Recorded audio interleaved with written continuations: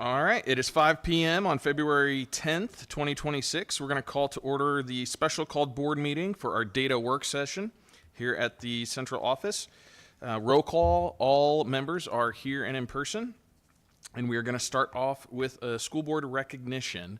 And I believe Ms. Elaine is going to come up and do that. And this was supposed to be in January, but January was a little crazy for everybody, so this got pushed out a little bit. Yes, but we're happy to do it now. So happy School Board Recognition Month, Board. Thank you for everything you do for the children of Woodford County. I have a special honor to get to be James K. tonight. So I'm going to read this just as it's written, but imagine I'm him. Whereas Woodford County is proud of our public school system and the teachers, administrators, staff, and school board members who work together each day to provide a quality education for our children. And whereas Ambrose Wilson, Adam Brickler, KT Gould, Sherry Springate, and Sarah McCown represent and serve their respective districts and the people of Woodford County on the Woodford County Board of Education. And whereas these board members are serving our community with integrity, honor, and a commitment to our children's futures. And whereas January is a time in Kentucky where we recognize the contributions and services of our local school board members. Now, therefore, I, James K., Woodford County Judge Executive, do hereby join my counterparts across the Commonwealth, declaring the month of January 2026 as School Board Recognition Month, and urge all citizens to join me in recognizing and acknowledging the contributions of the members of our Woodford County Board of Education and thanking them for their service to our community. Signed and duly noted. Awesome. Thank you. We have a copy of the proclamation for each of you. So kind of how we do on a normal meeting. If you wouldn't mind to line up here, and we'll have you hold them up and we'll snap a picture.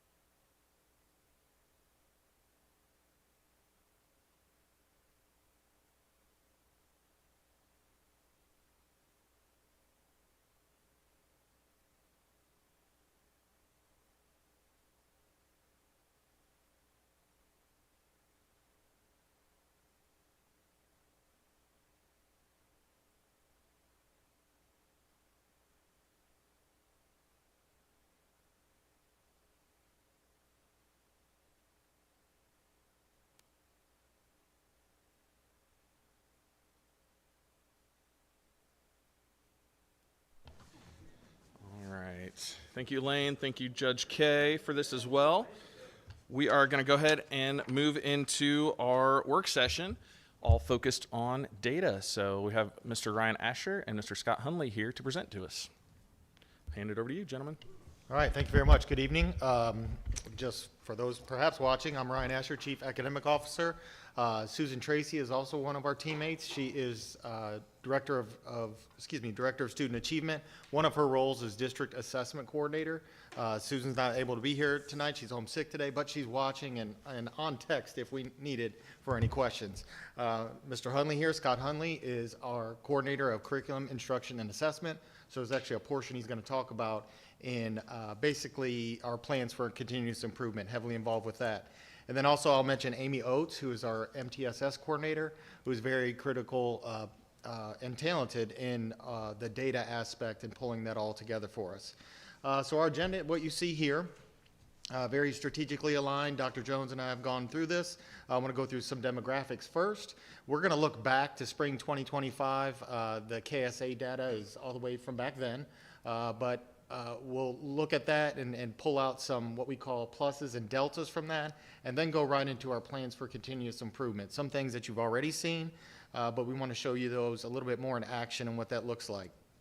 Then progress monitoring data, what our current winter data looks like and how we're tracking towards our goals. do a piece on post-secondary readiness, really defining that and elaborating on that one goal work that I had talked about, I believe, last month. And then into some whole child data when you talk about behavior and mental health. And then finally, just a sneak peek at the impact survey, which is the teacher survey that just was released last week. So periodically, just chime in if you have questions. I'll stop at each kind of category for anything further, but please call out questions as we go.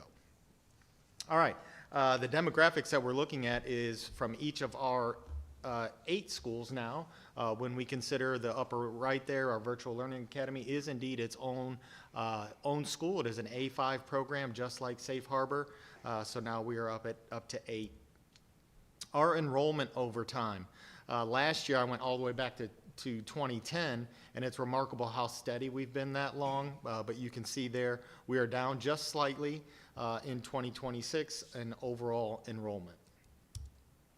I think to note here, this is by grade level. So at the bottom there, our grade levels average about 286. I've seen that go down slightly over time.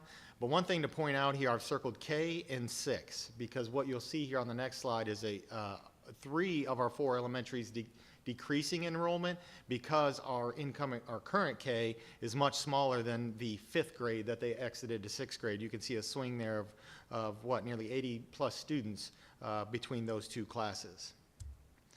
Our preschool enrollment, you see it took a big dip after COVID there, now working its way back up to 139 total currently. Here's the elementary data that I was talking about. You can see between the 24 and 26 obviously is last year. So you can see a slight downward slope on 3 of our 4 elementaries, with Simmons being the exception there. And if I remember correctly, Simmons did not see that low kindergarten incoming quite like our other schools did. Our secondary enrollment, pretty steady over time. You'll see a slightly decline in WCHS from 22 to 26. You got to remember, and you'll see this on the next slide, that our WVLA, the majority of those are high school students, so that could be attributed there, and our middle school down slightly over time, but still pretty steady. Sure. What is South Side rather, looking at as far as capacity goes? I mean, I know we've got the dip there, which is, I remember that kindergarten Like class. building Like when it was, capacity? yes, like building capacity, because I'm thinking about the precedented growth that we're going to experience, especially at 33, and how that may impact that school in particular. So that's. Don't recall, Dr. Rayburn, do you know building capacity at Southside perhaps?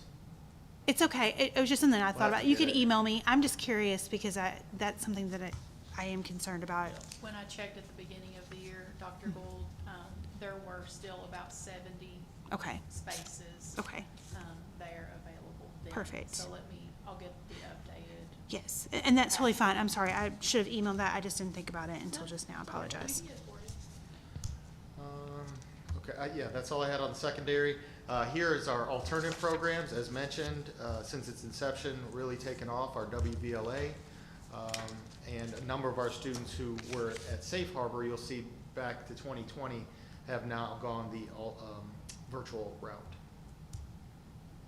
As far as student demographics, ethnicity to your left, the pie chart you see there, predominantly we are nearly 70% white. Hispanic is our growing population. We hover in between. In my tenure at this position, it's been 16, and this is about the highest it's been, where you're nearly at 19%. Next would be 2 or more races, African American, and then Asian. And then if you look to your right, some subgroups, categories, you'll see there from free and reduced down to homeless.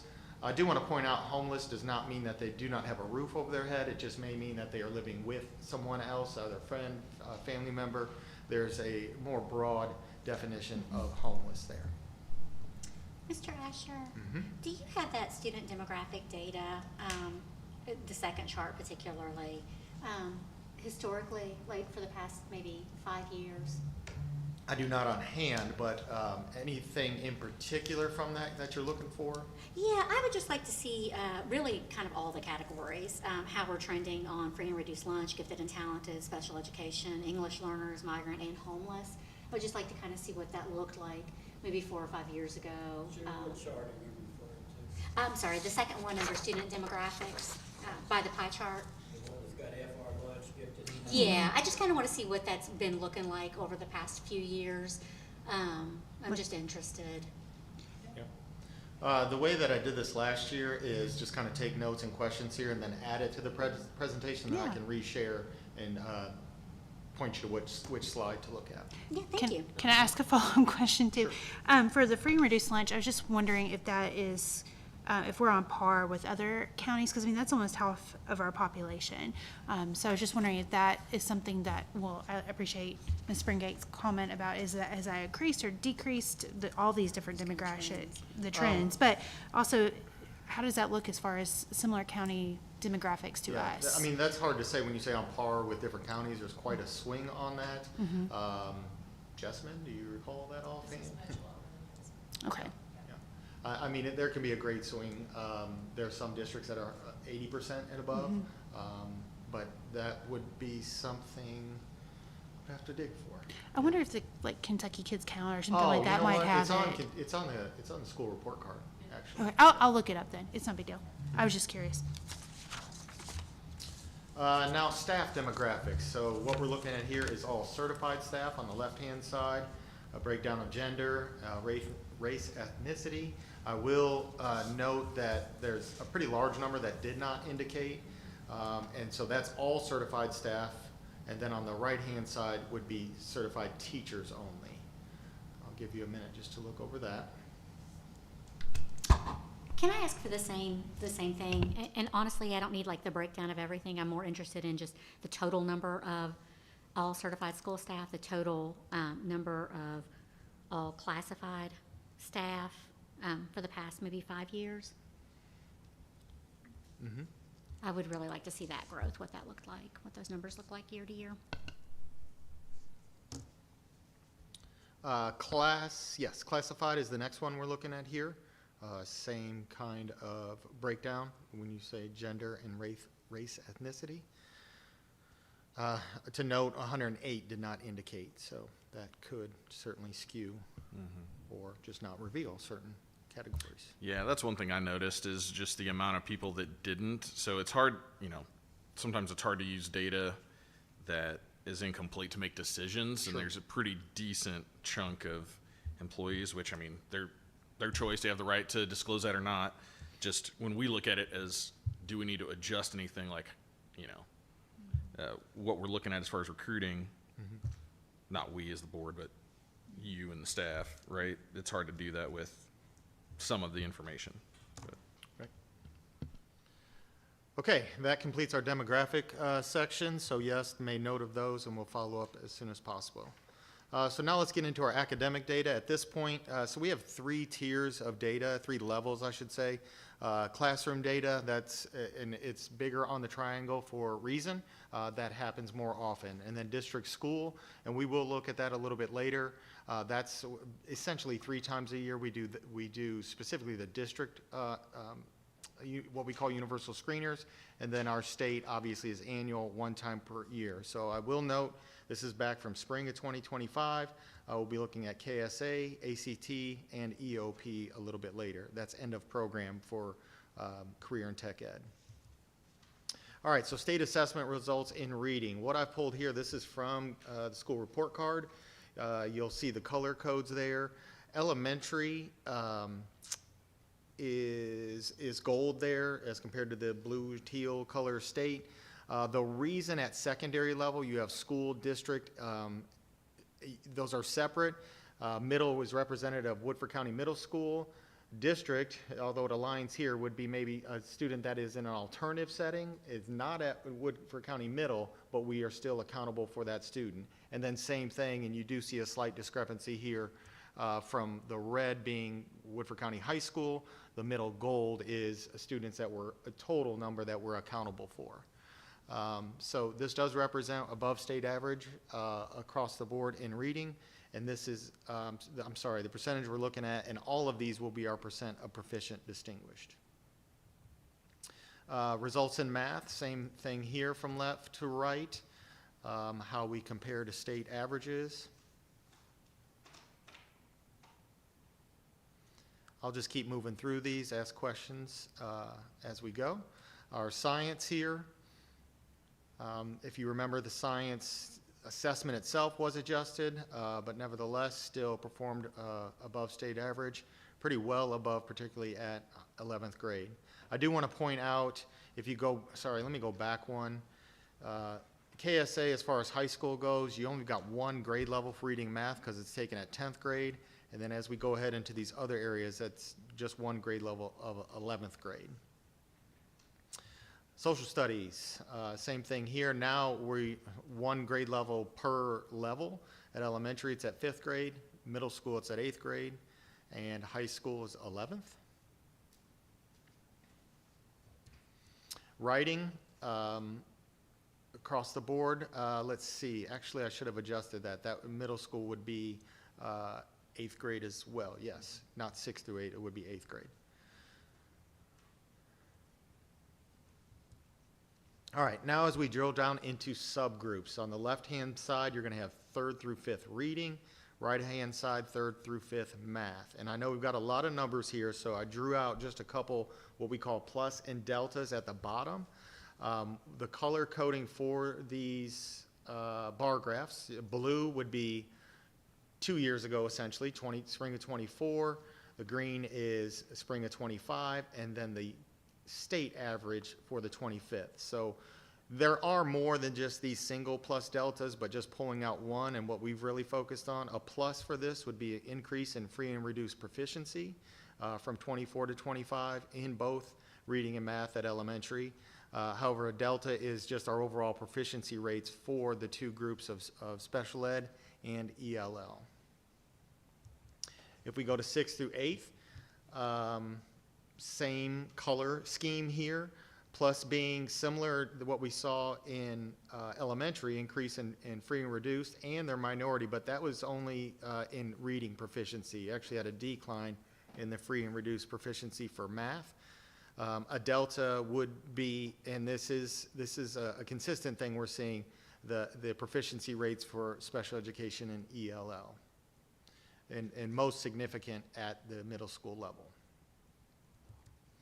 10th grade, again, same color scheme, pluses to pull out here. Free and reduced, Hispanic, and 2 or more races math proficiency, quite an increase in those areas, so from blue to green of those bar graphs. Delta would be the EL proficiency rates, well below state average in that department. All right, so I want to get right into, so this is, that data was quite some time ago, but let's go ahead and get into our plans for continuous improvement. Dr. Jones brought this to the CNI team soon after results were released. And while we are right in these two areas, we are a high-performing district when you consider right here. When we look at, and I put IEPs and PSPs. IEPs are students' individual education plans for special education students. PSPs are program service plans for ELL. So we have some hidden issues, so to speak, here, where our novice is higher than it needs to be and our proficient distinguished is lower.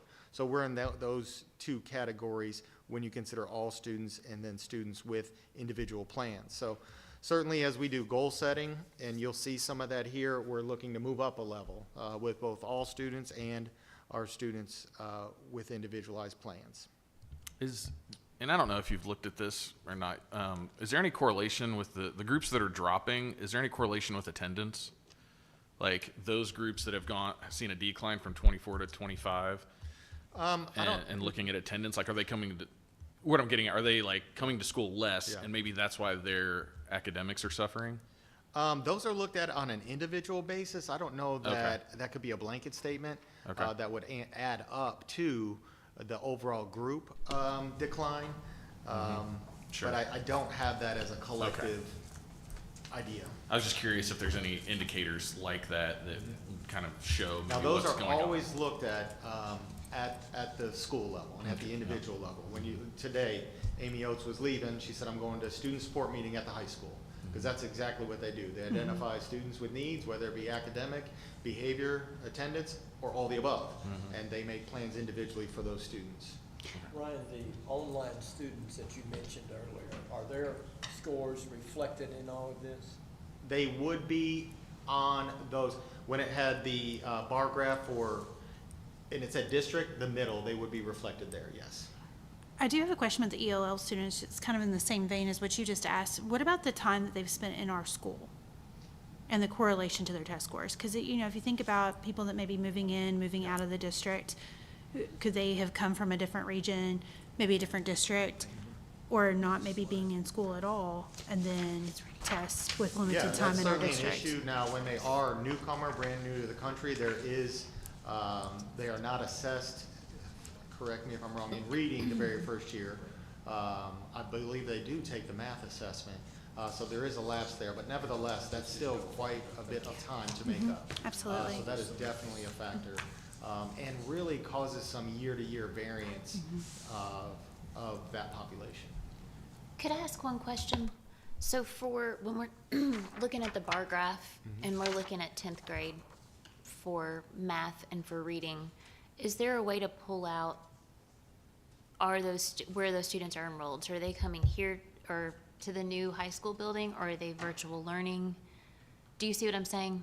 That breakdown would be school only. When I do subgroups, are you looking at the blue and green subgroups? Yeah, I'm So looking at the 10th grade that is reading and math. WCHS only. That building only, it's not, oh, okay. The previous ones that I did before subgroup, that middle column would include all. Okay. All right, so I really want to stress is, okay, that is what it is back in spring, and we address we plot new goals, and how do we plan to meet those goals? So I want to go through some of that next. I want to rewind back to November 2025, and we really much believe in action planning strategically.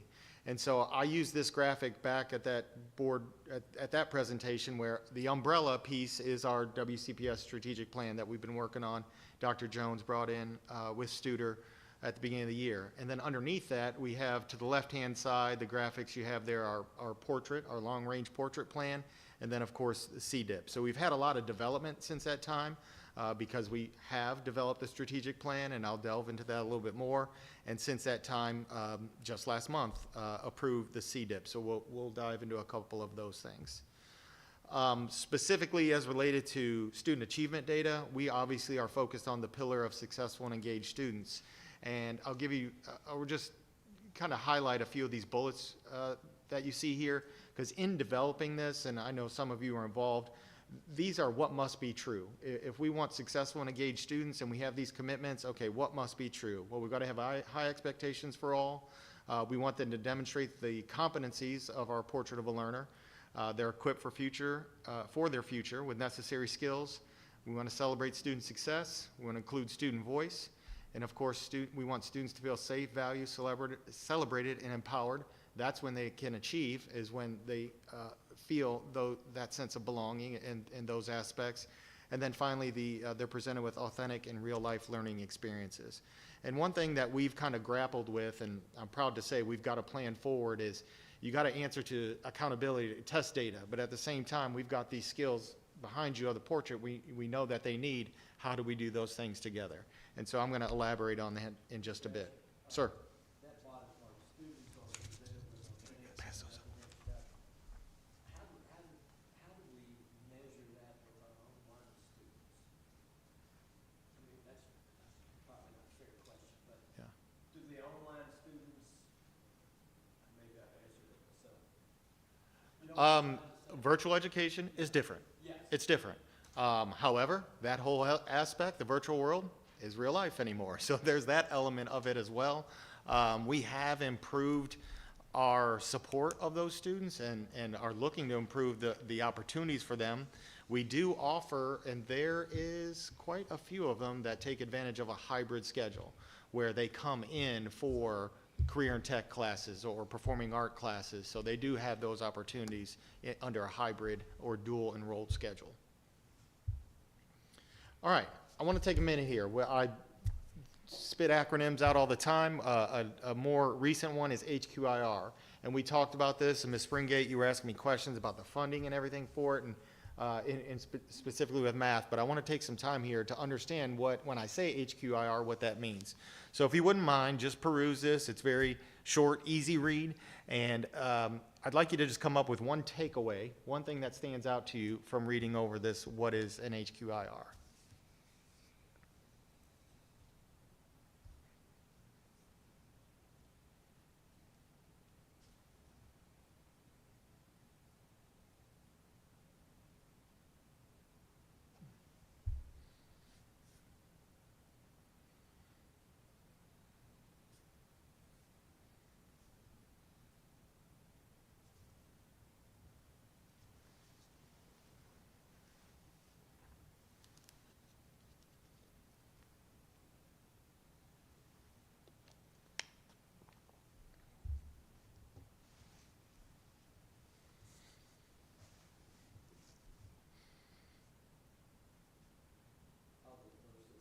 Thank you. The thing that jumped out at me was the culturally relevant, free from bias, and accessible for all students. Okay, thank you. Certainly something we want to achieve. Anything else stand out? Just reference materials, that's materials that are going to be accessible to teachers and students so that they can make sure they're achieving what they need to. Okay. The cost effectiveness number stood out to me, and honestly, I would like to go ahead and look at that study, but is it really 40 times that of class size reduction, which I think is probably the number one thing in my mind that really impacts student achievement is the smaller class size. So this can have up to 40 times. Per the study, yeah. Wow. And Sherry, I would recommend Excited. you look at, on that note, that you look at John Hattie, just John, but Hattie is Hattie, and look at, he has effect sizes Mhm. for all of those, and it's pretty eye-opening to see. Yep, I highly recommend that one. Thank you. Anything else to share on? Evidence-based. I think that that's externally validated. I think that that's really important because we can say we're going to do this, but without the research and the data that supports its effectiveness, it could be limiting. I also wanted to agree with Ambrose with the culturally relevant, free from bias, and accessible to all students. I think that that really is vital to all learning styles, all learning opportunities, and again, relevant culturally. I think that that is huge, especially as we talk about our different learning types and different learners that we have in our buildings. I don't have anything different than what's already been mentioned. I think Okay. they covered it pretty well. Gotta jump All right, I just wanted to build just a little bit We of can take it background knowledge for you. And again, when we say these acronyms, we live them, we say them all the time. Well, I'll take that back. We did this ourselves. When I say we, the two of us, Susan, Dr. Jones, and I've done it with all the other collaborative groups that we have to really understand this before we can move forward. I also want a little history to this of why, and you notice it says Kentucky Department of Ed at the top, and they're talking about curriculum. That has shifted over time. If you recall the legislation of Read to Succeed several years ago, and at that same time took the curriculum decision away from site-based at that time to be locally, to be superintendent or designee. Now, as we choose these HQIRs, we do not take away that school voice. Mr. Hunt, well, I did it first when we did ELA, now he's doing the math, very much involved teacher voice. We have reps from every school, every grade level. We, as I jokingly call it, we speed date the different programs as we dig through them and what are the pros and cons of them to ultimately come up with a decision. And Mr. Hunley's going to take you through a little bit more of that here in a bit. But again, just want to build some background knowledge, give you some history there, and this is what we're really focused on. Well, this is one piece of what we're focused on in terms of resources. All right. So I said that image of bringing both together, deeper learning, or what you could consider portrait, along with standards mastery, answering to, and so this is Ms. Tracy came up with this several years ago before we developed our paths, and this was our dream at that time, and now we're coming to more reality. So what we're looking to do moving forward is what I call our new iteration of our paths, and combining these two areas is strong local curriculum. So it doesn't, it acknowledges and it aligns to our portrait of a learner, but it also is driven by standards and it's anchored in these HQIRs. And then also, when we talk about, and this is where the real world and relevant type things come in, local priorities such as project-based learning. I'll point out the FLAG project once again from Southside, and there's many others out there. But that's when we want to remain committed to those as well. All right, continuing with our plans, okay, under the umbrella of our strategic plan. On the left-hand side there, the column you'll see is from our long-range portrait plan, so we remain committed to those. That is a living document. We're going to continue to adjust that, and we are going to add in that HQIR language into that as well. What is more recent is over here to the bottom right, and this is from the CDIP, and hopefully you'll see the alignment of these. So at this point, I'll use the middle school as an example. We really needed to do this because a lot of those, and by design, from years ago, a lot of the instructional resources and the curriculum were teacher designed. But if you can imagine, there's been a lot of turnover in time, a lot of changes in education. And so we completed an instructional resource inventory to determine where the gaps are at, where the holes at, and what do we need to do to address those based on that inventory. So have had 2 wonderful meetings and really set the path forward for our middle school in this area. And I'd use that just as an example because we've done it at all levels. The next thing is to implement that HQIR for ELA and math that are determined to be reliable, valid, and aligned to Kentucky academic standards, K through 8. And then at core courses, it gets a little bit different at high school because they have so many different courses. You won't have an HQIR for every single offshoot, but looking to do that for core courses. And then not only, and again, Mr. Hunley's going to take you through a graphic here in just a minute, not only do you provide that resource, but then the professional learning. And ongoing has been a big thing, meaning you don't just do one to start the year and then hope they get it. There's a lot more embedded coaching, a lot more even learning walks that we'll be doing with our reading program that is supported by an outside resource. And then one key one, and this connects to those gaps that we're seeing with our special ed proficiency and ELL right here. In terms of the accommodation needs of students with those specific plans. Again, I think oftentimes we train on something several years ago and you take for granted or you lose sight that there's been a lot of turnover. And so this is something we need to repeat, we need to structure, and that's certainly high on the priority list. Particularly at our middle school, as you saw those gaps there, but it's needed across the board. So what does this look like when we say HQIR in support of it? If Mr. Hunley could walk you through this here. Oh, well, sorry. it's a question, but I can wait. Let's go through this first. Then. Yes, yeah. You keep I do rolling. want to say before I jump into that, we have taken our curriculum review cycle and extended it out so that when we choose a program, when we have worked with our teachers, when we have made a decision to commit to something that is green lit by ed reports and comprehensive in nature, we give that program time to work. And so before I get into talking about professional learning, we want to ensure that we have given it the appropriate amount of time and the support that I'm about to talk about to give it a chance to work. Because we know, honestly, if you've ever had a job, in the 3rd year is about the year you start to figure it out.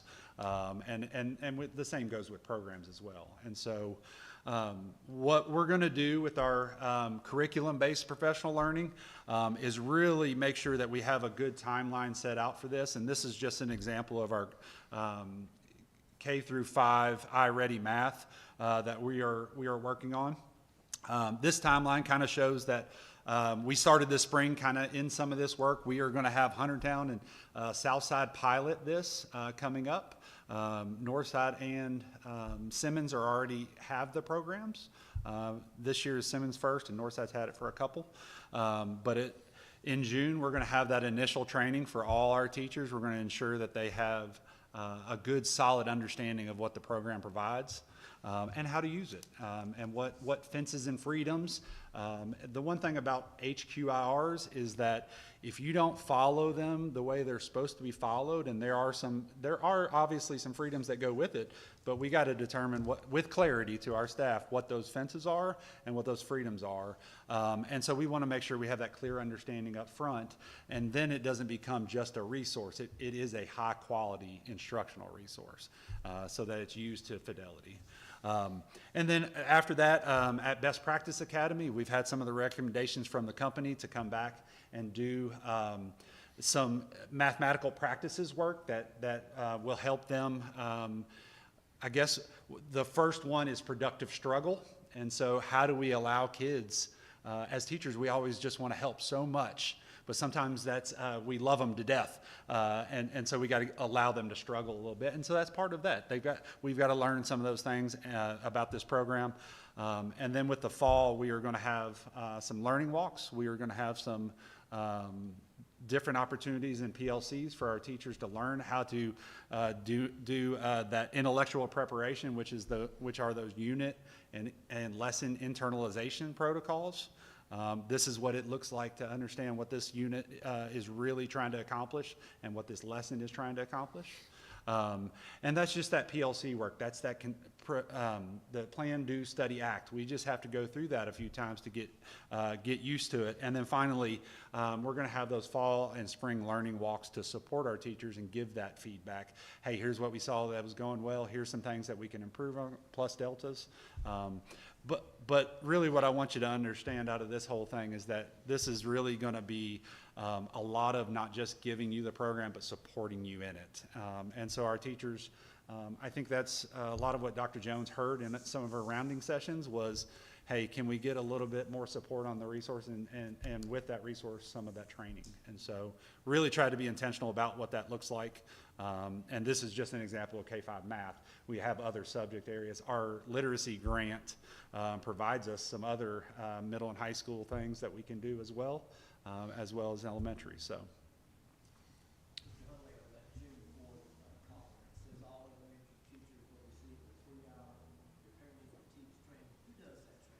Yeah, so we actually are going to have iReady do that, and so we have a really good relationship with them currently, and we have had rave reviews of some of their trainers. That was another thing that we really wanted to make sure, like we vetted these people. They are quality. The professionals we're going to put in front of you are ones that we know are going to do a good job, because the worst thing you can do is set this course with a bad start. And so we have a relationship with them. We feel really comfortable with them. That really went into some of that decision making on why we went with this company as well. And so we did a lot of that work. Okay, now's my question. So, and this is iReady, just like we use iReady reading already. Yeah. And so we're just incorporating math into that, correct? We use the We already do already use math. assessment suite. Okay, but this and is as far as a- the path, like my path, the students have had that for both reading Yes. and math. Okay, This that's is where I the was actual confused. curriculum. Okay, so I guess my question as a parent, but also as a community member and a board member, and I think that this is a question that a lot of families have on their minds. Like, how do you incorporate a program such as iReady? And I love data-driven. I love the components of it, so I'm not trying to challenge that at all. But just help us understand how you would incorporate classroom teaching and something that's on the computer. Because I think that, and I teach remotely, so I get that. Sorry, you mean, I'll speak up, I'm sorry. So I'm asking, how do you incorporate classroom teaching with a program such as iReady to facilitate those learning prompts? So how does that marriage work? And how do you, I know we're gonna have training and that sort of thing, but how do you set that up for success where you don't lose the humanistic component of classroom teaching and you're not just relying on the computer to do all those things? But I do see the benefit in the consistency across curriculum and consistency across the capacity. And I do understand a little bit about iReady and how it tracks where you need to change and gives you more information in that area and that sort of thing already. So just answer that question for me. I think we probably need to clarify the difference between what the iReady pathways and that diagnostic is Yes, that'd versus be great. what this HQR will be. What we're used to currently are those iReady pathways. They give us Yes. the universal screener. We get some of that data back, and those are computer based. This is a HQR, that's a program that is obviously our ability to use the computer, but it is mostly not computer-based. So the educator will They- take the program the and then deliver educator will it? be the- Oh, yes, yes. Okay, the gotcha. instructor of this. I'm glad you Okay. asked It is not an online A to Z thing. Perfect. I love It is that. The Now, instructors. What we coach our leaders on, when we go back to the MyPath, the computer-based part of it, there are usage reports, not only on time, but also lessons completed and passed. So we ask our leaders to monitor that. Okay. Because we don't want students just, we don't want an astronomical amount of time per week. I think the sweet spot is 40 minutes. 40 minutes. That's recommended, and it literally green lights on the dashboard, the X amount of students that have reached that. And that's not a lot of time over the course of 5 days, 40 minutes. No. They do that typically in rotation format, but if we have a school that is exceeding that, we will ask them to pay attention to that, to address that if needed, if it continues, so. A common practice is in our PLC, starting with the first 5 minutes of that PLC is looking at those usage reports and just making sure that we're actually in the sweet spot as opposed to leaving them on the computer all the time. right? Perfect. And so Love that. we are absolutely making sure that that's something we are considering. So this is more about consistency Yeah. and validity. Okay, gotcha. Thank you so I'm much. glad it Ashley. has that monitoring too, that you can pay attention to and look back. And see where they're at. That's helpful to know. Yeah. All right. Anything else along those lines are continuous improvement plans? And believe me, there's more that goes into continuous improvement, but I just wanted to whittle it down to kind of the highest priority of things. Dr. Jones, did you have a question? I just wanted to make us, I love that you asked that because I'm hearing that a lot, from families just wanting to know like the types of activities that we're doing in class and reducing that time on computers. Yes. And that I can't wait for you all. I think you all need to engage in some of the learning walks as well when we do this, but students are talking. There's a lot of discourse, talking to each other, a lot of problem solving with Ready Math. It's perfect. It's the perfect partner for our portrait work because it totally, like, it's embedded. All of those skills are embedded. I'm really, really excited about it. Yeah. And thank you for making the distinction, That was a good distinction, thank you. I was like, what's that word? Distinction between what we're familiar with iReady and what this looks like. Because you see the name being the same and I did it. I equated the same. It's a common misunderstanding, just Yeah. that these are the same thing. We're just getting more computer time. Yes, That's really yes. not what it is. Thank you very much. iReady is a pretty big conglomerate, right? They have a lot of resources that they supply. To Dr. Jones' point, like how it supports our portrait work, in the middle, when Mr. Hunley was talking about the training on productive struggle, because we want kids to be resilient learners. So you're going to meet challenges, but you got to be resilient through those and struggle through those to be successful. All right, moving on now, kind of the current aspect of progress monitoring data. So this is that middle area. We have iReady, as we were just talking about, K through 8 now. And then we use STAR 9 through 11. So while KSA state level test only gives us 1 grade level, STAR does a much better in terms of 3 grade levels. We're not gonna look as many charts and numbers on this. I'm gonna go straight to the goal tracking. Yeah, I know. This was just to say upper left, and this is, I mentioned Amy Oates earlier. Obviously the platforms themselves have ways to break down the data, but then she also is just very proficient in Looker Studio and downloads or uploads all the data into these workable tables that each of our schools have in order to break it down any which way they want. So this is just a screenshot. We're not going to get into these, but iReady upper left for elementary, iReady lower left, you see the tiger there for middle school, and then STAR over on the right-hand side.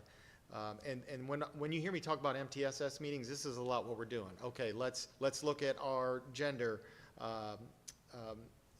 data, how that breaks down. Let's look at ethnicity, so on and so forth. So they have the tools that they need. So let's go right to the goals and where we're at. The blue, highlighted blue, the first 2 rows are elementary. So think back to that metric that I showed you, how we're trying to go from high performing to top performing, so 62% of students. And as of now, if you look over to the right to that, we are right at that projection for, based on winter data. Below that, 60% of students in math, we're at 59 now, and I've green lighted these because you'll see the progress from fall to winter. Even though it may be 1%, it's progress. In the middle there, the kind of light yellow tone, 60% of middle school students proficient in ELA, making our way to 56%, which was a 9% increase from fall, so progress made there. 55% in math, we're at 52%. Again, pretty significant growth from 47. And then high school, notice the asterisks there, the stars. While our KSA is only 10, our STAR data is 3 grade levels, so that gives you a more comprehensive view, but tracking well there at 59, nearly 60% at proficiency projection based on STAR, and then some really good growth on math there, where nearly 70% are at the proficient level in math. So again, this is, you hear me talk about MTSS, we do this at the district level, we model it for schools to then take back and duplicate at the school level to where they can make those individual student or student group plans. I did have a question. So our goals for 25 to 26 only with iReady, because the KSA data is different than the iReady data. So we want to know by the end of this year, right? And that's the unfortunate thing with KSA, we've got to wait. But they're correlated. You get a projected proficiency from iReady because there's a correlation study to say if a kid scores X on iReady, the correlation study shows that they'll be proficient on KSA. So progress monitoring, like I said, this is a tool we have 3 times a year. We only have KSA once in the spring, and so we don't want to be surprised. We want to progress monitor and have something that correlates over the course of the school year. So for instance, if you look at like the second elementary one, by spring of 26 is measured by iReady, 60% testing, proficiency in math. The spring data shows 50% right now. Last spring. No, that would be spring 25, what we 25. were actual in KSA. So we want to increase that from 50% last spring to 60%. And in the meantime, we've tracked that in the fall of this school year, we're at 58, and then at winter, we're at 59. So do we want to increase the KSA data from the spring to the? Yes, we want that to match the 60%. Okay, because Like I it said, says that's where the iReady core- data. I The know. iReady data? Those So are is it? projectors. That's the projection. The very first line is the actual KSA, and then everything else is iReady projections. Right. 'Cause we So don't do we have- want our KSA data to be increased to that, or But do we just want because- our iReady data to be? We're saying because But that data is increasing, that Right. this should show a It trend should, but to I'm just- parallel with the yeah, KSA I just in wanted- spring. It's statistically proven to predict within a very close window. If iReady says 60% on that spring test are gonna be proficient on KSA, it's very predictable. I think the So- answer is yes to, we Yes. would want them both So to for be KSA, 60%. I should be, instead of just the iReady Spring, I should say iReady Spring and KSA both should be at 62%. We just won't know the results. Yes. until the Oh, fall. okay. You could say that, yes, but Okay. for the here and now, to really track and progress monitor, we want to know in fall, we want to know in winter, we want to know in spring. We want Right. real-time data to progress monitor. And we use instruments that correlate to KSA. Yeah, So- that makes sense. I just don't want it to be like, oh, our iReady data has gone up, and that's great, because what I would like to see is our KSA data also going up that same kind of amount, or that same kind of percentage. Like, you know what I mean? I just want to make sure that is also a goal, not just our internal iReady testing, but also our KSA for the next testing cycle. So And- I just wanted to double check that. I'm assuming that you just answered my question that I had about that, but does the way that the test goes, as far as like the type of questions, the way the language is in the questions and the expectation of the questions from iReady, is it parallel to what the KSA test looks like? Are we preparing them to take, I know we teach not for the test, but the correlation, when we're talking about correlation in scores, is the test similar in those types of questions, to prepare them to be able to understand that test. To a degree, but we also have other platforms that, I mean, even down to how it looks on the screen through pair assessment, things like that, that they get that type of practice. Okay.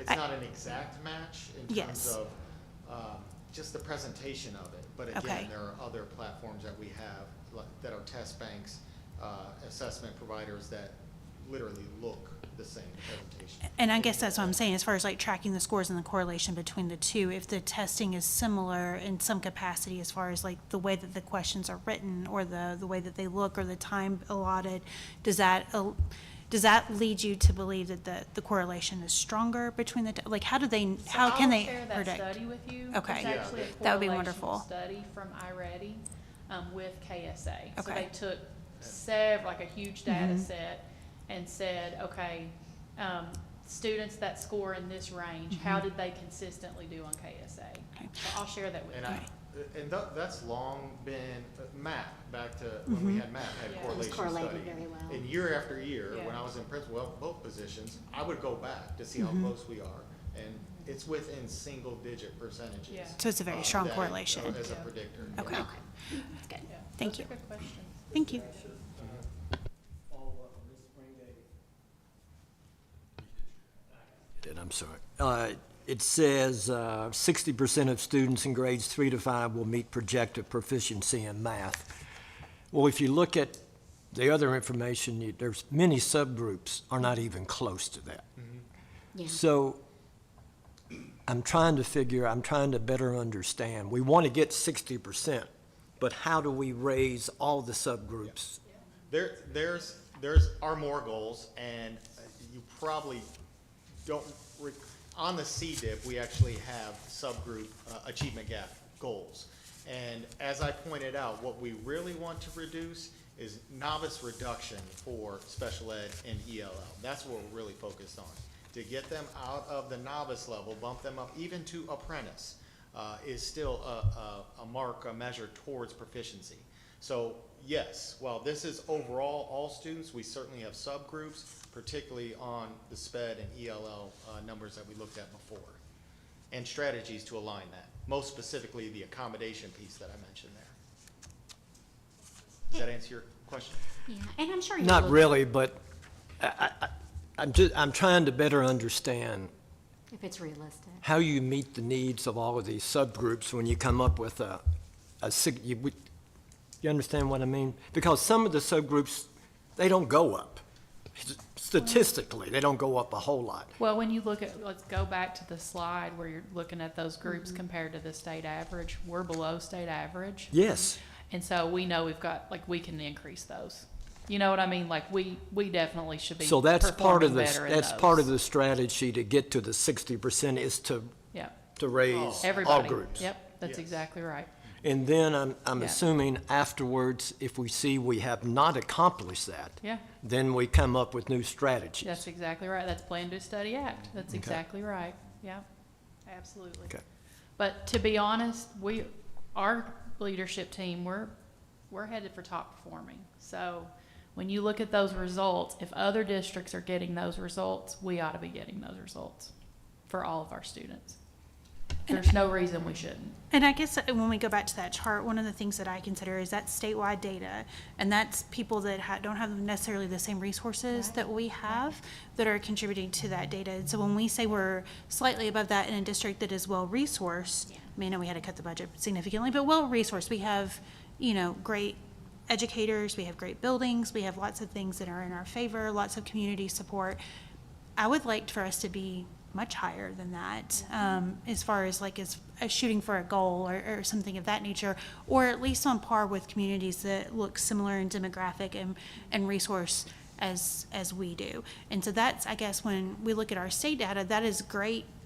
That's a great tool, but that takes in a lot more statistics, a lot more test scores and that sort of thing than maybe something that is more like, I would like to see a snapshot of how are we performing compared to districts that look like ours and So I would demographics. reference this, what you see up, and that's a metric, aside from, we don't base our goals on state average, but it Right, is good to look right, at but when we're comparison looking at that, data. yes, We're yeah. basing our goals right here, which through do such analysis of top performing and high performing schools, these are the ranges that they fall in. Gotcha. And to note, we are in that high performing range where our proficiency is in the 50, nearly to 60% range. We're looking at, depending on subject and grade level.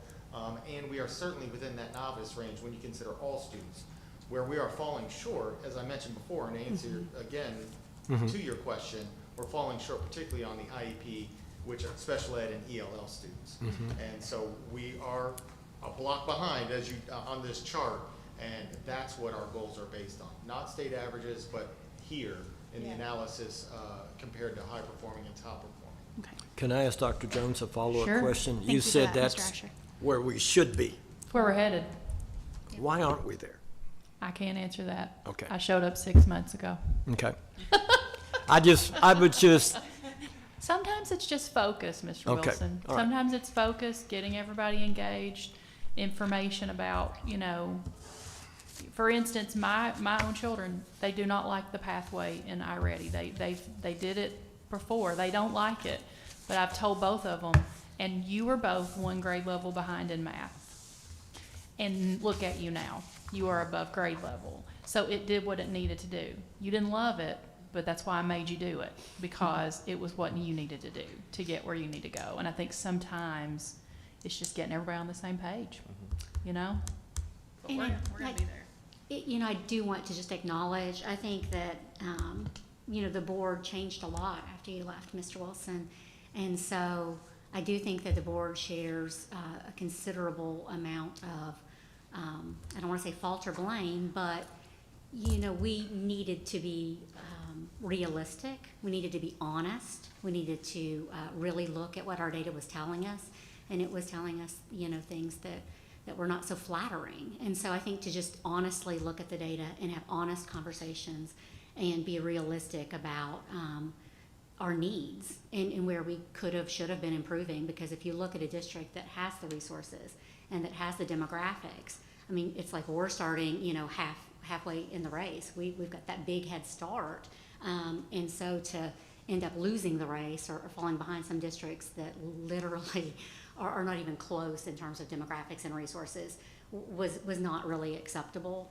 And so I'm really glad that we're looking at this in terms of a goal of becoming one of those higher performing districts and having the data to really bear that out instead of just, the kind of sticking your head in the sand and pretending everything is great. Yeah, and I'll say, you reminded me of your kids. My kids hate the productive struggle part of it, but that is such an important part of it. So, resilient learner, everything you guys are putting into place, the portrait of a learner that you've instituted the last few years has really shown results. And so, just keep doing what you're doing, because it's difficult for the students, but it's supposed to be. And so, everything that you guys are instituting, obviously we need technology. We're not going to get away from it because they're going to use technology in their lives after school. But I do appreciate what you said earlier about, we still need the teachers to teach. We still need to have that mixture and limit the amount of technology. But yeah, I'm glad. And when you set goals, when you are at 50% and you set a goal to get to 60% and we're like right there, that's impressive too. So I do thank you for sharing that breakdown. I think one of the other things to consider here is by providing a resource, teachers don't have to spend a lot of their time designing or creating. And that takes a little bit of that load off of designing every single lesson the way it needs to be. We know this is a quality resource and a quality lesson. I can spend more time designing these vibrant learning experiences that Absolutely. address maybe that portrait of learner and take things deeper and further. That's a than- great point. than that further Yeah, one. thank you for pointing that out. And that creates consistency, which is huge, Yeah. when you design curriculum like that. For the HQIR, those resources will be just as helpful and beneficial for the ELL and the special ed. That's where we really need to focus. I think what you're, and I was hoping we would get to it, but with an HQR, special education teachers, ELL teachers, they all have the same language to start from as the homeroom teacher. This is what our instruction is. And that way, as we're designing scaffolds or differentiating that instruction, we have a baseline that we know is grade level instruction, and then we work from there. And so all of our kids that may be performing lower will be exposed to grade level content, and then have that same ability as far as the teachers to collaborate and work towards providing them whatever specially designed instruction they need to meet those goals. And Ready Math also has those built into so like for EL, for students with special needs, it has ideas and recommendations for those supports. So, of course, our expert teachers are still going to take those and make them even better. But it's so good to just have a place to start, to say, where do we need to go from here to get them access to grade level standards? I wanted to mention something about the productive struggle, and I wanted to highlight the fact that kids handle that productive struggle and have the resources to manage that productive struggle or support them through that. Like you just said, my kids hate it, but we got through it. Not every kid has that opportunity, and I just wonder if there's ways as we move more toward this just to help our educators recognize that productive struggle piece and also offer some resources that may assist students that may not get that additional level of assistance at home for whatever reason. It could be that, you know, mom, dad, parent, caregiver, whoever may not, you know, maybe at work when they're doing their homework, or maybe they just really struggle with doing it outside of a school environment or something of that nature. So I just wonder if I know we spend Title I money on parent education nights and caregiver education nights, but that might be something that would be really a great resource to help parents and caregivers with, but also help teachers realize, like, or can we build in, like, I know we have hive time and things of that nature, just to be able to further assist our students through I that think it's productive struggle. And it's underneath resilient learning. They learn, the indicators that learn from successes and failures, have a growth mindset. And so those are daily, Yes. need to be daily Yes. incorporated across the board. And I think some of those trainings that I mentioned earlier are going to arm and equip our teachers with that knowledge, and that, and then we equip our students with that. Yes. And so hopefully that spreads, and it's just one of those things Yeah. that grows, and I'd love for that to catch hold. Absolutely. Well, I was thinking just taking it for like that community, that connection to home, to school, you know, if we could help our parents and caregivers understand that process of it too. And then I just had one quick thing. So will you update us about the costs and the funding sources? Because I assume there's a cost associated with having them they'll be doing our curriculum for all subjects at all grade levels, or just math at this point? We already have ELA, reading. We have already purchased that through the grant and through previous funding. Math, partial grant, we've applied for another grant. Go ahead. Yeah, and so we have, if you remember, we got the math grant maybe last year or the year before. We had that math grant through Simmons, so that's going to help with some of those costs. But we also have Title II funding that we're going to use for quite a bit of, especially the professional learning side of things. So we're really trying to piece that together right now, but we're trying to use all of those grants first before we even look at any sort of cost of the others. But I will say one thing to note is that math HQRs are quite a bit less expensive than a reading or an ELA one is. And so we found that the cost has not been as great as the ELA one was. It's just less But material. we can. Yeah, I just think, just as a board member, I kind of want to have in mind, like, how much are we spending on curriculum to these companies? Sure. And then, you know, I understand it might be covered this year. I don't know if it's covered next year. I don't know if it goes up. I don't know if that's a yearly kind of expense. And then, of course, I think, you know, when you balance that with the savings of, you know, I mean, that's really an amazing amount of savings for an HQIR. Is almost 40 times that of class size reduction in terms of cost effectiveness. But I just want to keep in mind, like, exactly what we're looking at and what this, And I you know, the do, costs. Sherry, I do think in the future, It's amazing. it will become, and we will be very, like, as we purchase more of these in the future, but there is a rolling, like this year, this grade level is looking at this content, next year, this grade level. So, like, and we're committed to keeping our cycle we ended up with was 7 years. 7 years. 7 years, and then reevaluate at the end of those 7 years to see, do teachers, are we getting the results we want? Do teachers like it? You know, and then we may even re-up it another 7 years. So it's like while there are some recurring costs each year, it's more like, and I'll bring this to the board, but when there's an upfront cost for that particular piece, if it's coming out of general fund, like we'll have that.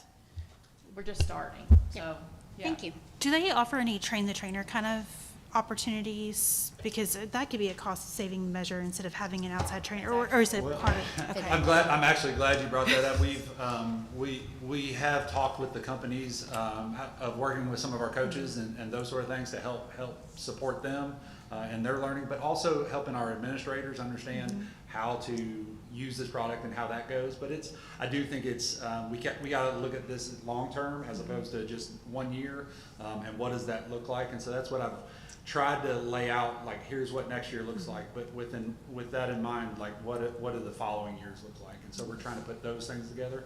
Sherry, I did want to say one more thing about, with HQRs, they kind of, like she mentioned, like Dr. Jones mentioned, is we are kind of starting with grade levels, and where the state has required K through 3, we went ahead and did K through 5. And so we're just kind of doing it that way and seeing what money we have and then figuring out from there. So, yeah, being intentional about it. Mr. Chairman, I have a comment. It's not a question, it's a comment.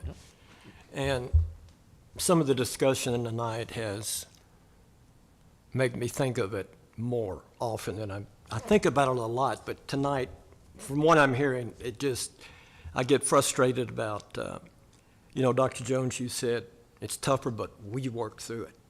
You said it's tougher, but we work through it.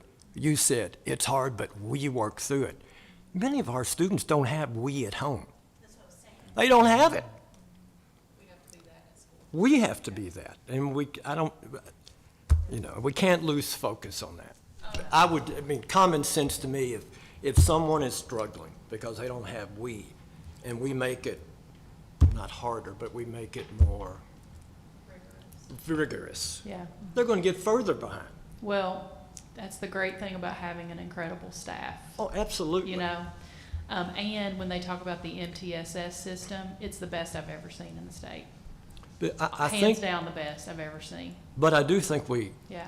I think I'm right about this, maybe Yeah. but a lot of kids, they go home and they're raised by a grandfather. Yeah. He's not going to be able to pick up on this new stuff. Anyway. Ambrose, that was my point that I was trying to make. How do we bridge this to home to where we can effectively support our students when they leave our building? And I think programs like Mentors and Meals, like being able to provide more resources for our students, not only while they're in our buildings, but also after our buildings, because not everybody has the same support system. Or, parents, caregivers can absolutely love and care about their children and want to help them, but it could still be a struggle. They don't We have have the all ability. levels, right? Even if you have the ability. I struggle with homework with my children. I don't remember. I was taught math in a completely different way than But they are. that's even you further know? to my point when you said, I even have trouble. Absolutely. That's good. That's very true. Yep. Okay. It's very true. All right, next section is on post-secondary readiness, and this is bigger picture and really a path we've set out on this year. Anybody recognize that emblem there, that icon? It's actually from KDE and United We Learn. So what post-secondary readiness is, and I was at a conference one time, and it's not all about just getting them to graduation, it's about the day after graduation. And that just really resonated with me. That was a couple years ago. And it wasn't until recently when we started working on career readiness type things where this came to light and we really got everyone around the table.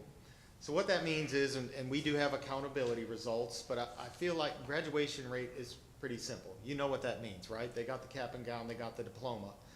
There is, again, some data district as opposed to state, how we stand. But then to the right, post-secondary readiness. And it's almost been a checkbox of sorts, but we're bringing that more to light in how we work on that for all students that are in secondary in our district. Let me delve into what does it mean to be post-secondary ready. So this is KDE. It's a requirement. Obviously, you want to try to get everybody there. You can meet it through academic side. ACT benchmark, which will be SAT in the future. We'll talk about that in just a minute. Dual credit, as you notice there, AP, passing that AP exam, or placement exams, and that's much more rare. On the career readiness side, they can be industry certs, passing, or that EOP, which I mentioned before, and we'll look at that here in just a minute. These are a little bit more rare, the KDE approved apprenticeship or work-based learning, but CTE dual credit, we are expanding those offers. So ultimately what this means is all students, and some qualify in both categories, but students qualify in either the academic or career. So let's look at some of those. ACT has been the previous measure for that academic readiness, that we are switching to ACT. The state is switching, SAT, but here is over time, as compared to state averages as usual. One thing I do want to go over is, and this happens this year, this spring, that our students will be taking SAT. So this is a graphic they've put together for the students. On the left-hand side, it explains SAT and the differences from time to what areas are assessed and the scoring at the bottom, but also the note that it's adaptive versus fixed. That essentially means that those question levels are going to adjust based on the student, the individual taking them, getting them right or wrong. It's going to adjust. And students are going to be, they're going to be, I don't want to say used to that, because you just answer the next question that comes up, but that's the other measures that they're used to, whether it be MAP or iReady. Those are the same type of adaptive assessments. So we will have to get, you see the benchmark values, we'll have to readjust, because while ACT is the benchmarks are 18, 20, now we're in the hundreds, so that'll be an adjustment for us. And as I talked about earlier, SAT has just not been a regional. We haven't been used to that, so that's going to be a pretty drastic change in just mindset, I guess, or just the data piece of that, and so more to come on that, but that starts this year. Part of academic readiness is those advanced courses, whether it be AP, dual credit. I want to reiterate, and I showed you some data, I don't have it tonight, but how we have increased those enrollments in that, not only for all, but also for minority and subgroup populations. So as I mentioned before in this, the policy change back in 2019 has worked. And so our enrollments are way up in those. When we talk about AP, here is the the exam totals from 2025. So this would be this is older. Upper right, you'll see that 371 students, 602 exams, 66% pass rate, pretty close to what was previous. That doesn't match, does it? Doesn't match the graphic. They had 53%.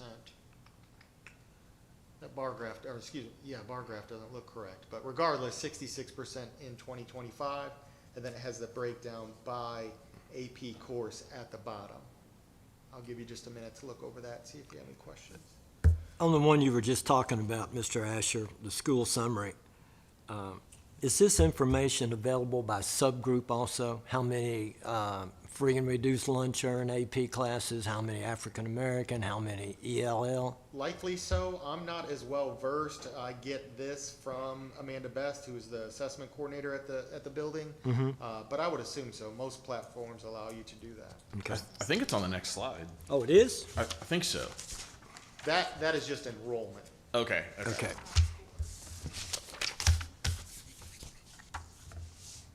So we'll go ahead and go to enrollment. So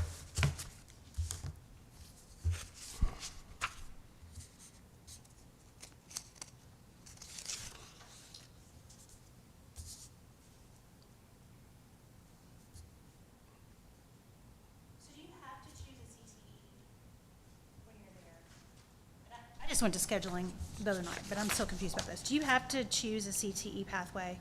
Highly encouraged, Okay. highly encouraged. So say you don't have one that fits what you want to do post-graduation, or, because I had a rising ninth grader parent approached me about this, and I was like, this makes some sense to me. Because she's Of the subgroup, yeah, okay. The conversation was about what do you do when you have a student who doesn't want, maybe they want a CTE path that's not on here, right? And maybe they don't know that they want a traditional high school experience that doesn't involve dual credit or AP. What is the benchmark of their success? I would first say, give it a chance. They're eighth grade going into ninth grade. There's a lot of exploring to be done, a lot of, so, and that's part of the CTE exploration. You don't have to commit to one, from eighth grade, okay, I'm gonna be an ag and I'm gonna be an ag throughout. But if there's slight interest, let's try it out. Yes. That would be my first advice. Your track, I guarantee none of our tracks at eighth to ninth grade are what we thought they were gonna be at that time. No. So I would say have a little bit of an open mind there and just try something of interest out. In terms of if they're interested in something we don't offer, that's a difficult one. While we're trying to expand our CTE pathways, there's also financial implications of that. We've lost, we don't have our relationship with our neighbor any longer. So we've expanded by 2 more pathways. We would like to do more to try to offer as many as possible. Well, and I asked Dr. Jones about, I'm gonna say Mr. Asher, I asked Dr. Jones about this after our meeting because I said, like, for example, mental health. And I understand that this is related to what the state offers, and the state doesn't offer mental health. I decided I wanted to be in mental health when I was a sophomore in high school. So what I did is I took AP Psych, I took regular Psych. AP Psych was the only class that I took, but it was a different time, back in 1996 to 2000 when I was in high school. But there's no mental health, but it would fit. I was looking at our curriculum, I was like, that would be an easy track. So I guess my question is, sometimes we don't have to expand financially to be able to create a track, but the state limits the tracks that we can take. They do. They have the established pathways. But on a side note, and actually she asked me about that you have AP Psych. You have And AP Psych, So if you there's have. an interest there is, while it may not be a CTE pathway, that content is certainly addressed there. And the content would be, and I don't want to belabor the topic, but I guess my question is, okay, so say someone is like, I don't want to necessarily do any of these, but I have an interest that I can get my interest fulfilled based on the different classes that are already offered at Woodford County High School. But is that child recognized, that student recognized as having, because they didn't choose a CTE path that's laid out, right? And maybe they did or didn't do any dual credit or AP classes. So are they still considered a success? If we're basing it on college and career readiness based on CTE tracks, and did you enroll in these dual credit or AP classes? I guess is my question. Where do those, and that was a conversation that the parent approached me with, and I was like, that makes sense. Where do those people fall?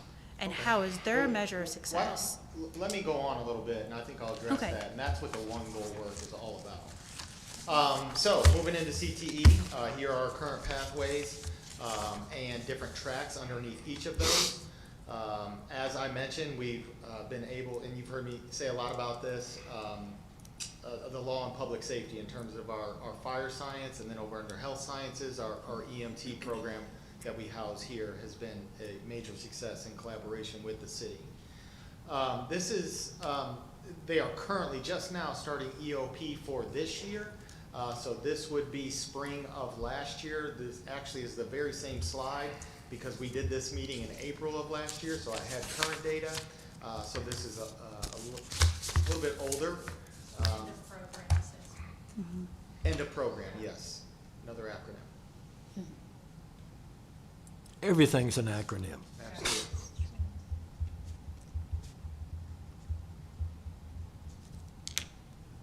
Are we okay to move forward, or any specific questions there?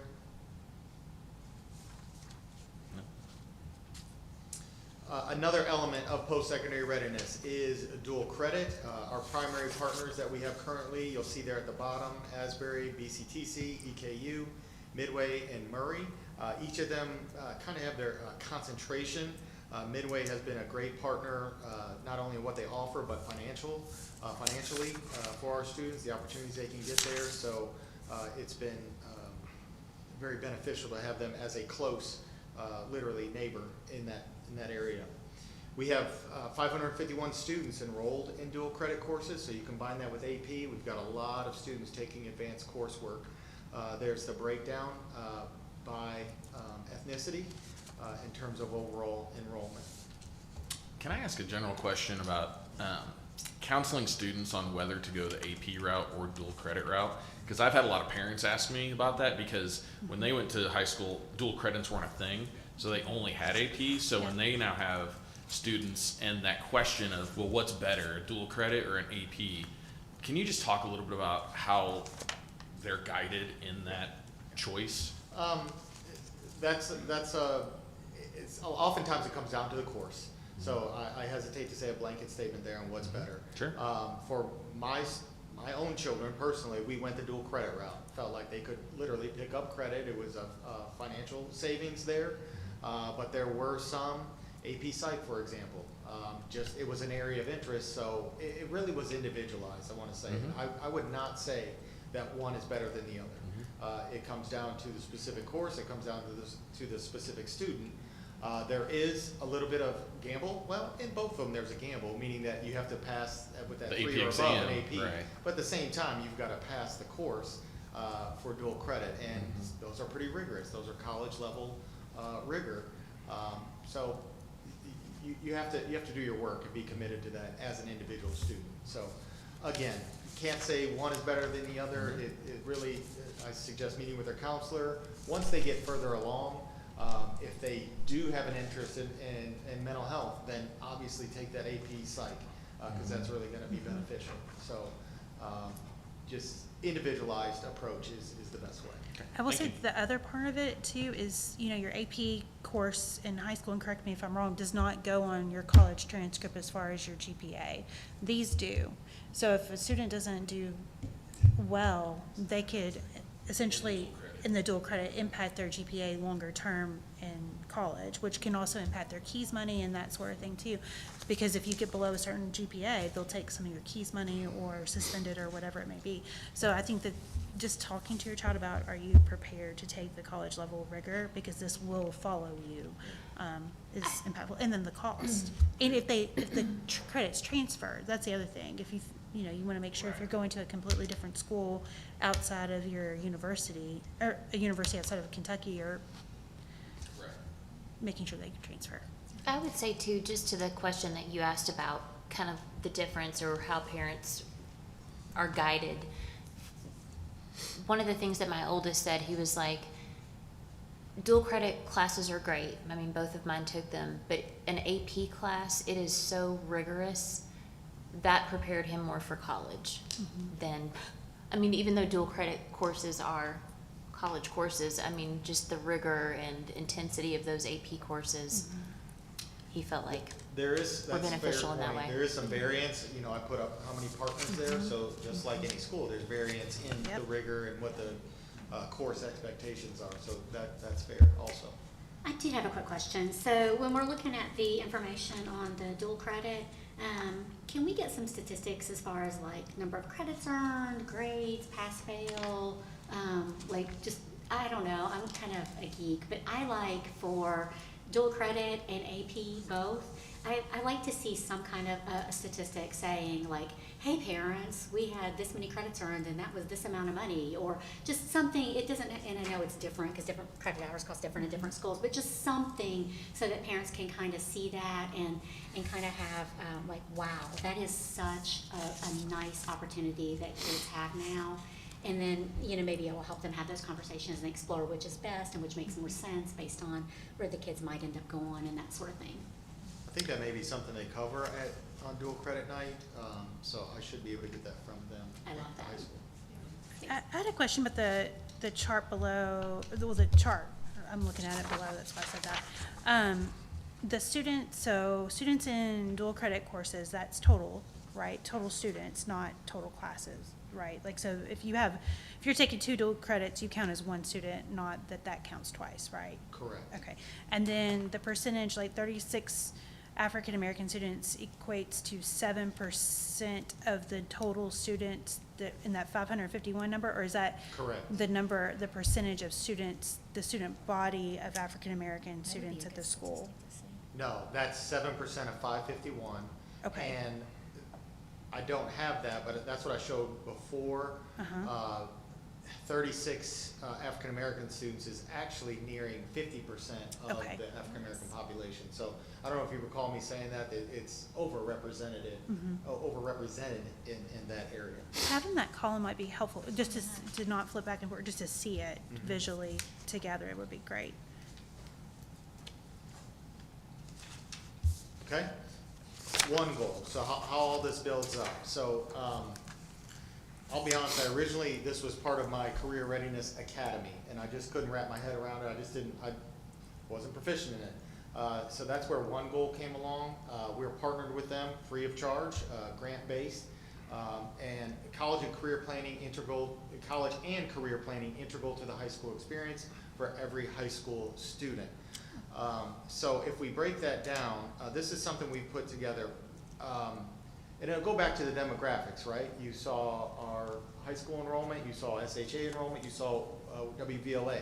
So, and hybrid opportunities. It can get confusing. What do you mean by all of these? So we've developed what we call a continuum of programs, and this outlines it right here. All the way from left to right, where you're in-person learning or then go into partial or full remote virtual learning.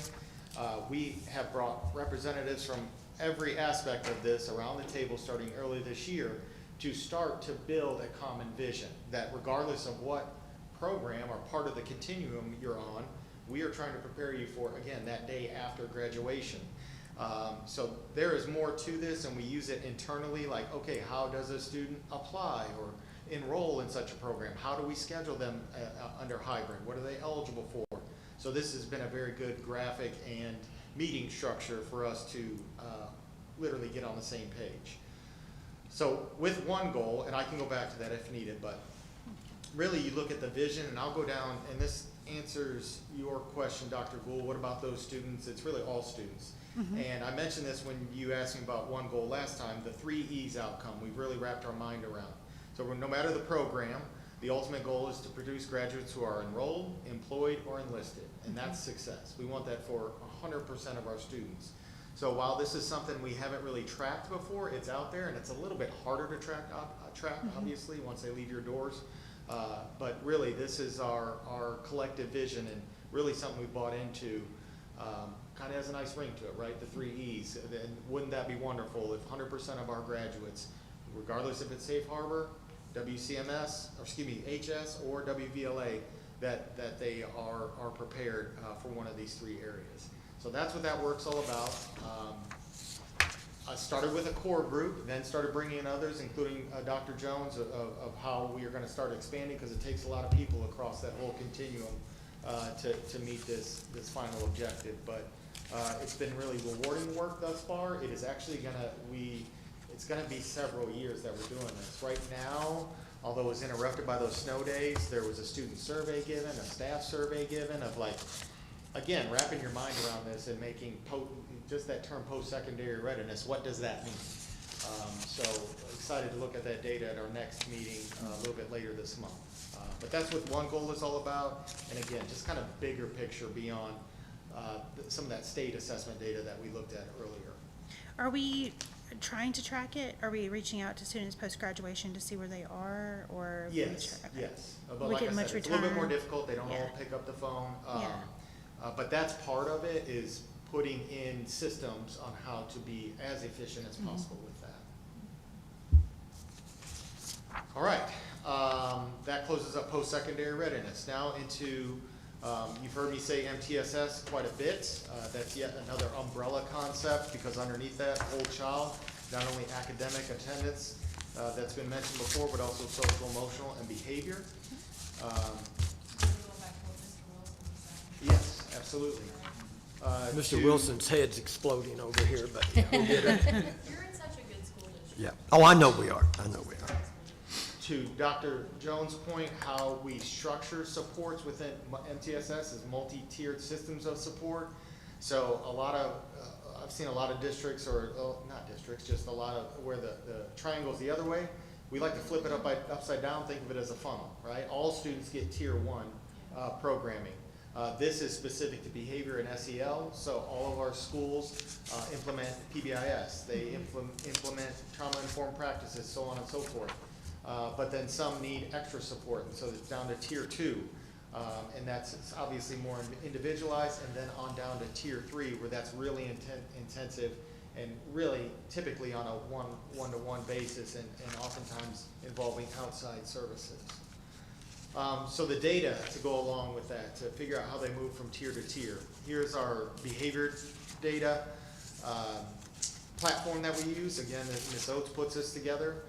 We are currently, as you'll see on the colorful board there, we're at 1,270 behavior events.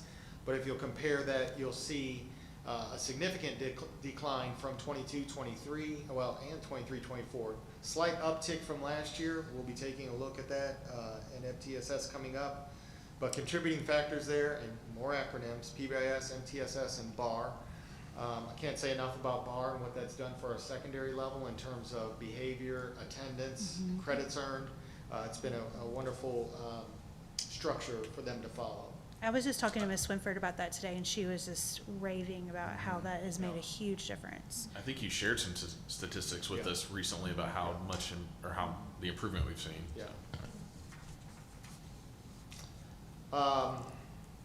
As you asked about, Dr. Gould, we also track mental health. So the way that we do that, this isn't taking a test, right? It's a little bit different.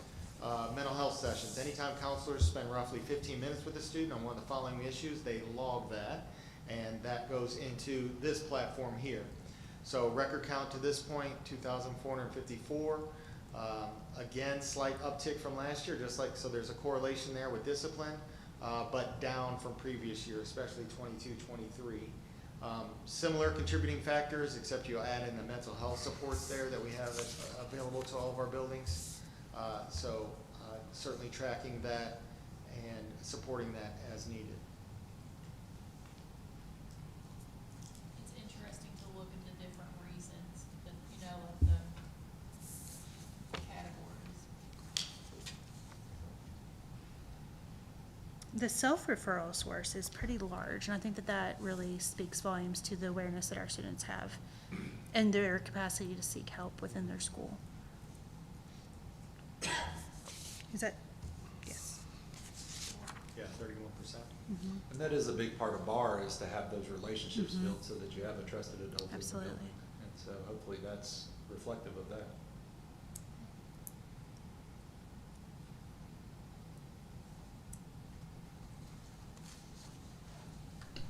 I can't see, I'm looking at the behavior data slide and I can't see it very well, but, I gave up. so when you look at, when you've broken it down into the subgroups, in terms of the behavior events and things like that, how are we, when you talk about free and reduced lunch and, break it down by ethnicity, there, I think sometimes, I'll be honest, I hear from people that they feel people, students of color are disciplined disproportionately more than others. And so I wonder what our data looks like. And I know that that could take some time to get after, but I can't see it very well. So free and reduced is, so that's at 60, looks like 68%, and well, no, I could say that. We're at 49% for the district, so there is discrepancy there. When you go over to the ethnicity, the blue, royal blue at 58% is white, while we are, that's about 10% difference, where we are 68% white.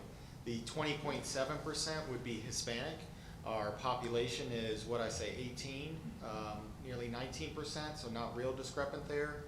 I know that 4, that's the category code for African American, that's at 9.8%, and we are roughly upper 4 or 5%, so you have a few percentage point discrepancy there.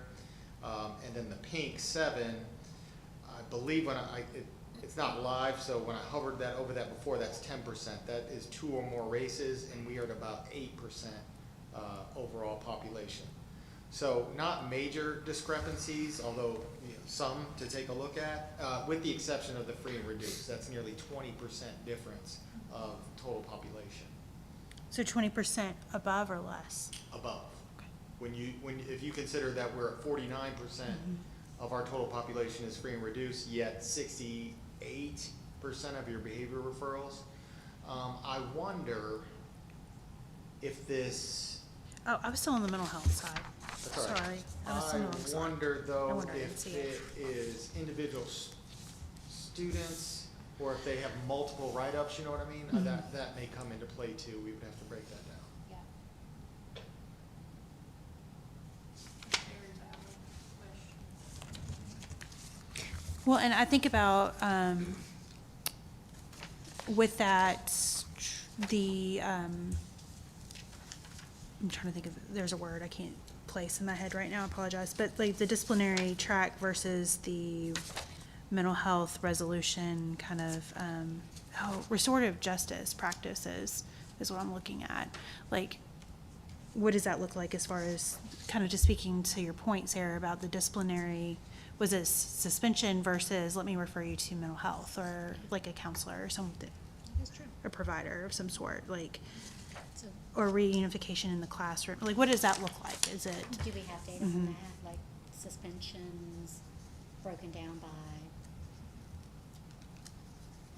or just behavioral intervention? Like, what You is, know, what is that? some are be- different than others. Yes, Like saying, right. you stop that is Right. different than she got sent home for 10 days. Right, and that's what I'm it's- saying, like the yeah, different types of definitely. behavioral interventions versus, I think that's a really good point, because when you are an Infinite Campus and you are logging data for discipline, there's really not the option to say that it is over here as a mental health referral. Right. That would go on, that would only go on to the mental health when they go to the counselor. And so as a principal, I may not have logged anything Right. for a discipline. right, But I did send them there, and so I really, like, that's something to think about, how we could get that information. or even like a Because conversation. there were where you- plenty of times that the right decision is to refer for a mental health, as opposed to handing down a discipline. Right, So, right, I absolutely. understand, yeah.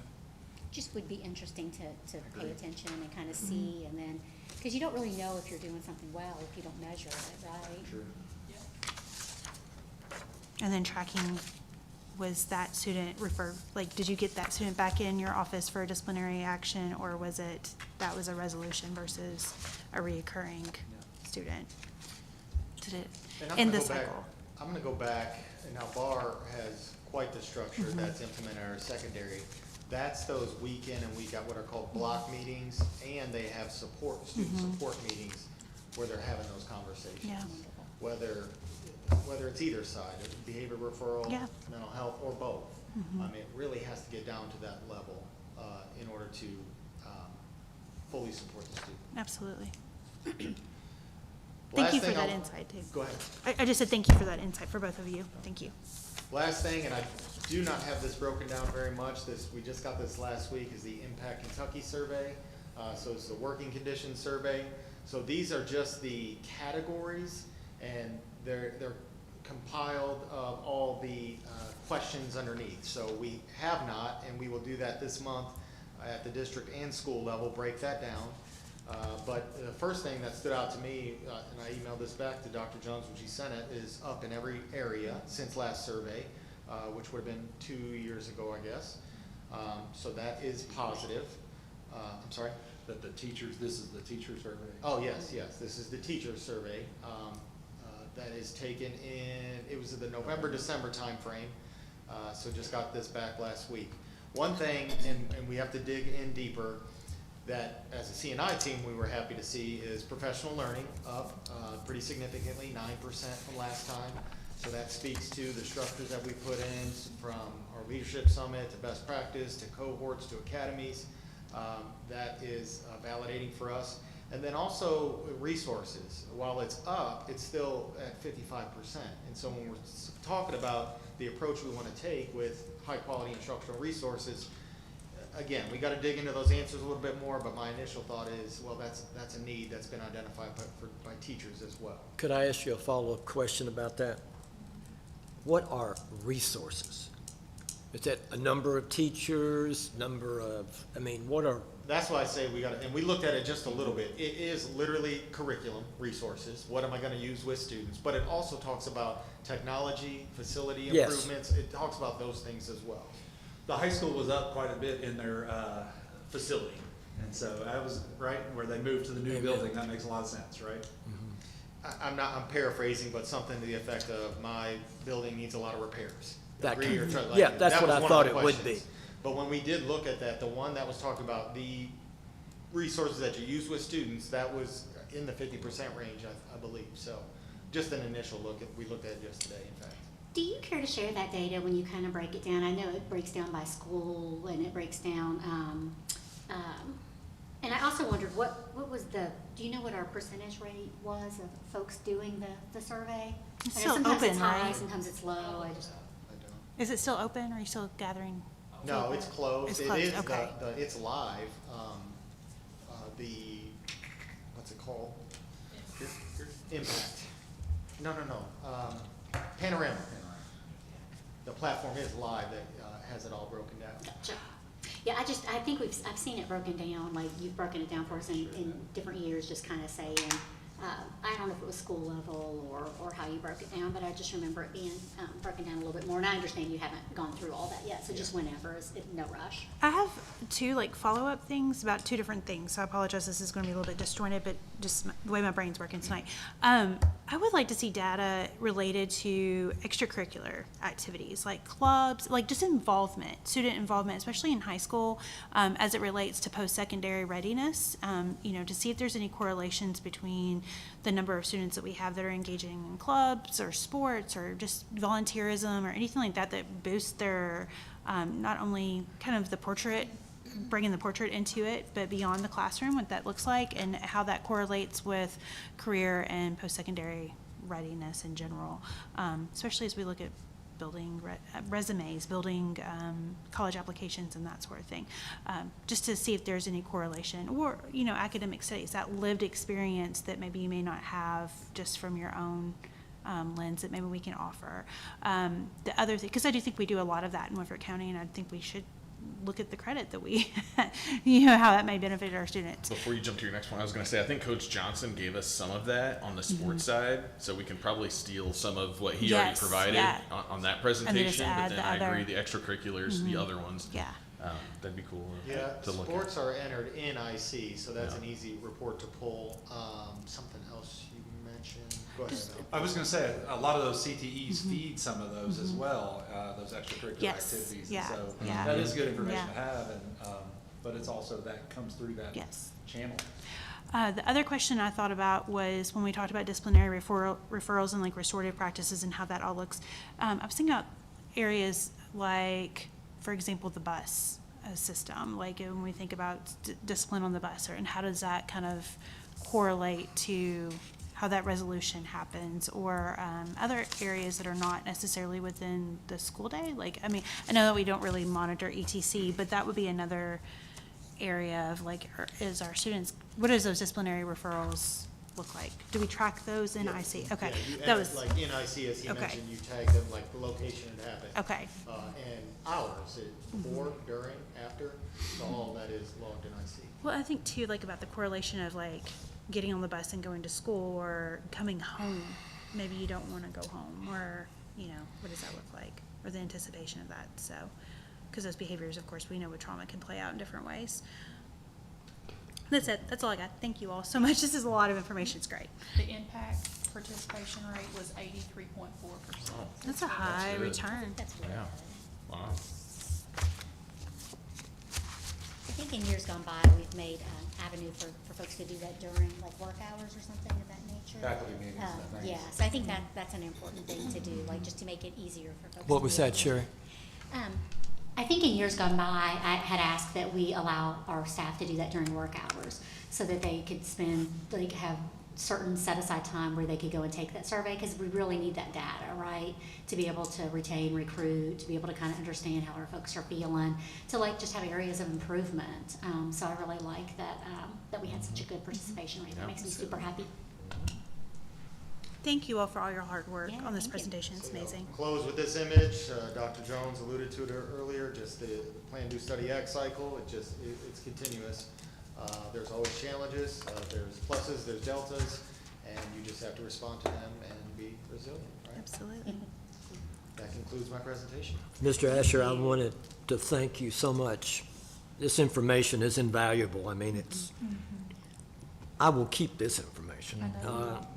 But under student demographics, you don't have to do this tomorrow, but I think an interesting demographic would be how many students have two parents at the house? How many students have one parent at the house? How many students are being raised by guardians? How many students are being raised by grandparents? Because not everybody is like this room right here. And I think that information, I think, would be important to us to understand as we sit here and make decisions, how many are out there. Well, it might be interesting too to see how many foster parents we have residing in Yes. our county as I would well. include that also. I just think it's, because when I was on the board in the previous years, I was stunned by grandparents and how many children do not have two parents at the house. I mean, I was stunned. Maybe I just stun easy, but I think that information would be helpful if you. And I could know get we it. do have a caregiver group, because I see them on Parent Square, the notifications pop up, so maybe there's some analytics that are available there. And, you know, can you talk a little bit about how you would go about a survey like that, like to collect the type of data that he's asking about? Would that just be a survey that you would create and send out to all the households? Because I'm guessing, in order to get that type of I think it's information. probably there, isn't it? Yeah, it's in there. So, one of the things that I'm wondering about is, as you gather that data, if there's households that don't have internet, don't have access to technology, or don't do it, we like, get that what is every the, right, so what would be, like, we talked about the completion rate of that survey from the staff. I would also be interested to see what the completion rate would be for the group that Mr. Wilson's talking about, just so we can not only look at the data that we do get, but kind of see like, all right, only 40% responded to this or provided that, so maybe they don't have access. Well, and I think about the, not only the access, but the, you know, when we have people that may be fearful of what that data collected will, what are we doing with that, right? And even though we have good intentions behind it, you know, not every person lives in, you know, the security of, okay, what is that, what happens? Or, I do think Infinite Campus would probably give us a good snapshot when we think about different addresses for different parents that would indicate a separated household, or one parent listed in or one guardian, or, I think there were probably, but I think that's a really good point, because there are barriers in place that we may not know. And I would say our family resource what I was coordinators gonna and our say, yeah. social workers and that sort of thing would be able to give us a good snapshot of what maybe that looks like too. Our ELL instructors and staff. We do get data every year when we do online registration as well, which is a very high participation because they have to do it, right?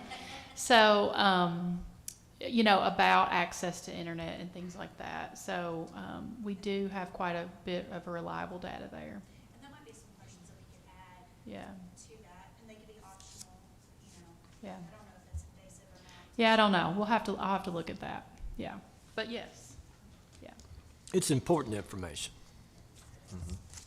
I just want to say before you conclude how much I appreciate our curriculum instruction department. Absolutely. Big time. I've worked in 20-plus districts over the years, and this one is stellar.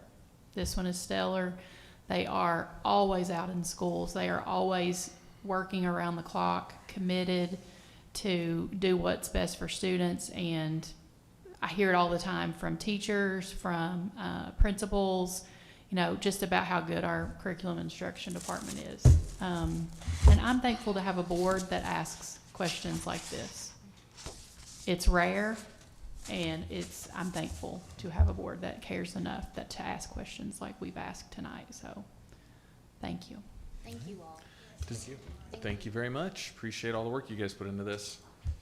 Can I have a motion to adjourn? So move. Motion by Mr. Wilson. Will you guys turn your Wow, mics on while we good. vote? All right. Who do we think for Second by Second. Dr. Who do we Gould. All think those in for this? favor? Aye. You? All right. Okay. Motion Thank you, passes. Dr. Jones.